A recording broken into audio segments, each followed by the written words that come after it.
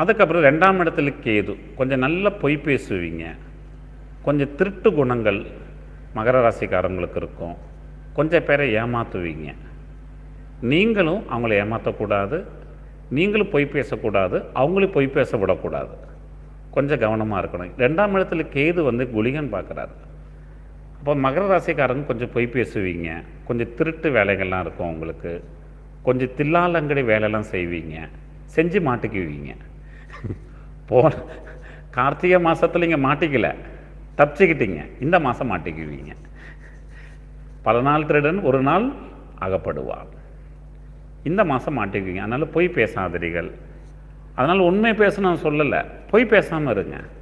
உண்மை நீங்கள் பேசினாலும் பேசினாலும் பரவாயில்லை, பொய் பேசாமல் இருங்க. யாரையும் ஏமாற்றாதீங்க. தில்லாலங்கடி வேலை செய்யாதீங்க. ஓகேவா? கொஞ்சம் கவனமாக இருங்க. அப்படி ஏதாவது பொய் பேசி தில்லாலங்கடி வேலை பண்ணிங்கன்னா கையும் காலுமா பிடித்து விடுவார்கள். உங்களுக்கு ரொம்ப வெக்கக்கேடாயிடும். அதனால் கொஞ்சம் கவனமாக இருங்க. ஏன்னா 2ஆம் இடத்துல கேது நிற்கிறாரு. கொஞ்சம் கவனமாக இருங்க. ஓகேவா?